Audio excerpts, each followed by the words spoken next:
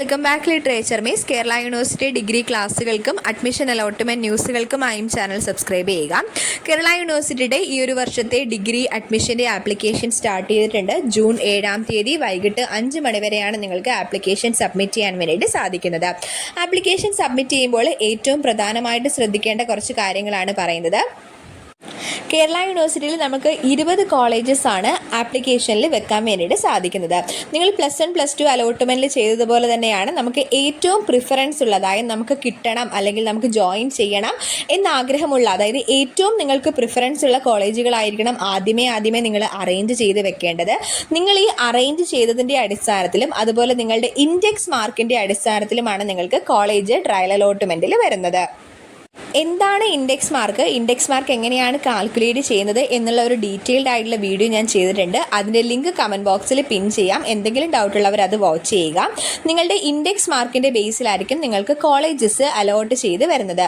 Application submit ചെയ്യുന്ന സമയത്ത് തന്നെ നമ്മളുടെ ഇൻഡെക്സ് മാർക്ക് ഓൾറെഡി കാൽക്കുലേറ്റ് ചെയ്ത് നമ്മുടെ സിസ്റ്റത്തിൽ കാണാൻ വേണ്ടിയിട്ട് സാധിക്കുന്നതാണ്. നിങ്ങളുടെ ആപ്ലിക്കേഷന് പ്രിൻ്റ് ഔട്ട് എടുത്ത് നോക്കുകയാണെങ്കിലും അതിലും നിങ്ങൾക്ക് നിങ്ങളുടെ ഇൻഡെക്സ് മാർക്ക് കാണാൻ വേണ്ടിയിട്ട് സാധിക്കും. ഫോർ എക്സാമ്പിൾ, ഇൻഡെക്സ് മാർക്ക് എങ്ങനെയാണ് കാൽക്കുലേറ്റ് ചെയ്യുന്നത് എന്ന് വെച്ചാൽ നിങ്ങൾക്ക് അറിയാം 1200 നമ്മുടെ +2 മാർക്ക് ഉള്ളത്. 1200 ഒരു 1000 മാർക്ക് സ്കോർ ചെയ്ത കുട്ടിയാണ് എന്ന് വിചാരിക്കുക. ആ ഒരു കുട്ടി ഫോർ എക്സാമ്പിൾ നമ്മുടെ BA ഇംഗ്ലീഷിൻ്റെ അഡ്മിഷന് വേണ്ടിയിട്ടാണ് അപ്ലൈ ചെയ്യുന്നത് എങ്കിൽ നിങ്ങൾക്ക് +1 +2 ഇംഗ്ലീഷിന് 200 എത്ര മാർക്കാണോ ഇംഗ്ലീഷിന് 200 കിട്ടിയത്, ആ ഒരു മാർക്ക് ഫോർ എക്സാമ്പിൾ നിങ്ങൾക്കൊരു 180 മാർക്ക് 200 ഇംഗ്ലീഷിന് കിട്ടി എന്ന് വിചാരിക്കുക. ആ ഒരു 180 മാർക്കും പ്ലസ് നിങ്ങൾക്ക് +2 ടോട്ടൽ, അതായത് 1200 എത്ര മാർക്കാണോ കിട്ടിയത് ആ 2 മാർക്കും കൂടെ ആഡ് ചെയ്യുന്നതാണ് നിങ്ങളുടെ ഇൻഡെക്സ് മാർക്ക് എന്ന് പറയുന്നത്.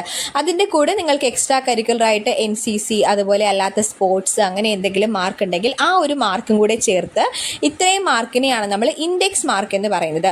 ആ ഒരു ഇൻഡെക്സ് മാർക്കിൻ്റെ ബേസിലാണ് നിങ്ങൾക്ക് കോളേജിൽ അലോട്ട്മെൻറ്റ് വരുന്നത്. ഞാനിപ്പോൾ ജസ്റ്റ് ഒരു ഇംഗ്ലീഷിൻ്റെ വെച്ച് എക്സാമ്പിൾ പറഞ്ഞുവെങ്കിൽ നമ്മൾ BSc മാത്സ് ആണെങ്കിലും സയൻസ് അങ്ങനെയുള്ള ഏത് സബ്ജക്റ്റ് ആണെങ്കിലും ഈ ഒരു രീതിയിലാണ് നമ്മുടെ ഇൻഡെക്സ് മാർക്ക് കാൽക്കുലേറ്റ് ചെയ്യുന്നത്. അപ്പോൾ നിങ്ങൾക്ക് തനിയെ നിങ്ങളുടെ ഇൻഡെക്സ് മാർക്ക് കാൽക്കുലേറ്റ് ചെയ്ത് അതിൻ്റെ അടിസ്ഥാനത്തിൽ നിങ്ങൾക്ക് കോളേജസ് അറേഞ്ച് ചെയ്ത് വെക്കാവുന്നതാണ്. ഇപ്പോൾ നിങ്ങൾക്ക് ഏറ്റവും പ്രിഫറൻസ് ഉള്ള, അതായത് നിങ്ങൾക്ക് അലോട്ട്മെൻറ്റ് കിട്ടണം, ആ ഒരു കോളേജിൽ പഠിക്കണം, ആ ഒരു കോഴ്സ് പഠിക്കണം എന്നാഗ്രഹമുള്ള ഏത് കോഴ്സാണോ അല്ലെങ്കിൽ ഏത് കോളേജാണോ ഫസ്റ്റ് ഇതിലുള്ളത് ആ ഒരു ഓർഡറിൽ തന്നെ നിങ്ങൾ കോളേജസ് അറേഞ്ച് ചെയ്യുക. സെൽഫ് ഫിനാൻസിങ് കോളേജുകൾ താല്പര്യമില്ല എങ്കിൽ വെക്കാതെ ഇരിക്കുന്നതാണ് നല്ലത്.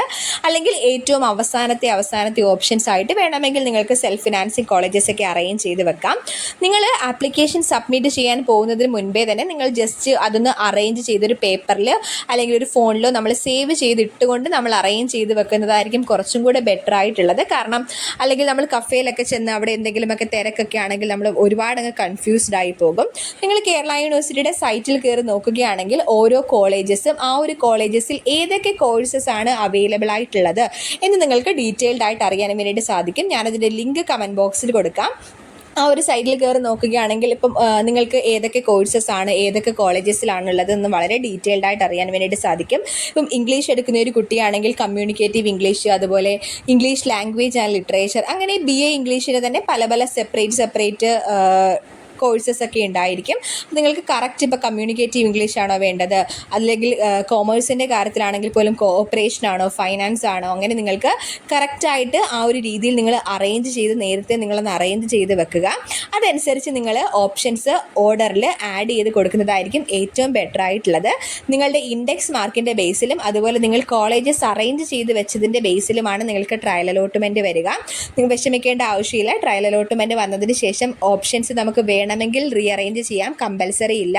നിങ്ങൾക്ക് എന്തെങ്കിലും കാരണവശാൽ ഇപ്പം ഏതെങ്കിലും ഒരു കോളേജ് ഇപ്പോൾ അവസാനം കിടക്കുന്ന കോളേജ് എടുത്ത് ആദ്യമേ വെക്കണമെങ്കിലോ അങ്ങനെ നമുക്ക് എന്തെങ്കിലുമൊക്കെ രീതിയിൽ ഓപ്ഷൻസ് ഒക്കെ റീഅറേഞ്ച് ചെയ്യണമെങ്കിൽ ട്രയൽ അലോട്ട്മെൻറ്റിന് ശേഷം അത് സാധിക്കുന്നതാണ്. അതിന് യൂണിവേഴ്സിറ്റി നിങ്ങൾക്ക് സമയം തരുന്നതാണ്.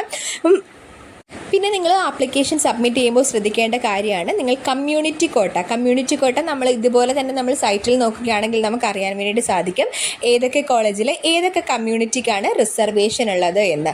അതനുസരിച്ച് കമ്മ്യൂണിറ്റി കോട്ടയ്ക്ക് വേണ്ടി നിങ്ങൾക്ക് പ്രത്യേകം ആപ്ലിക്കേഷൻ കൊടുക്കേണ്ടതാണ്. ഓൺലൈനായിട്ട് തന്നെയാണ് കമ്മ്യൂണിറ്റി കോട്ടയുടെ ആപ്ലിക്കേഷനും.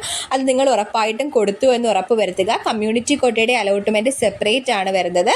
നമ്മുടെ ഈ ഒരു ട്രയൽ അലോട്ട്മെൻറ്റ് കൂടെ എല്ലാ കമ്മ്യൂണിറ്റി കോട്ടയുടെയും സ്പോർട്സ് കോട്ടയുടെയും ഒക്കെ അലോട്ട്മെൻറ്റ് വരുന്നത്. പിന്നെ നിങ്ങൾ ആപ്ലിക്കേഷൻ സബ്മിറ്റ് ചെയ്യുമ്പോൾ നിങ്ങൾ NCC, JRC അങ്ങനെയുള്ള NSS പോലെയുള്ള എക്സ്ട്രാ കരിക്കുലർ ആക്ടിവിറ്റീസിലും അതുപോലെ യൂത്ത് ഫെസ്റ്റിവൽ പോലെയുള്ള കാര്യങ്ങളിലൊക്കെ പാർട്ടിസിപ്പേറ്റ് ചെയ്തിട്ടുണ്ടെങ്കിൽ അത് കറക്റ്റായിട്ട് കൊടുക്കുക. അതിൻ്റെയൊക്കെ ബേസിലാണ് നമ്മളുടെ ഇൻഡെക്സ് മാർക്ക് കാൽക്കുലേറ്റ് ചെയ്ത് വരുന്നത്. ഇൻഡെക്സ് മാർക്കിൻ്റെ ബേസിലാണ് നിങ്ങൾക്ക് അലോട്ട്മെൻറ്റ് വരുന്നത്. അതുകൊണ്ട് തന്നെ എല്ലാ ഓപ്ഷൻസും കറക്റ്റായിട്ട് അറേഞ്ച് ചെയ്തു എന്ന് ശ്രദ്ധിക്കുക.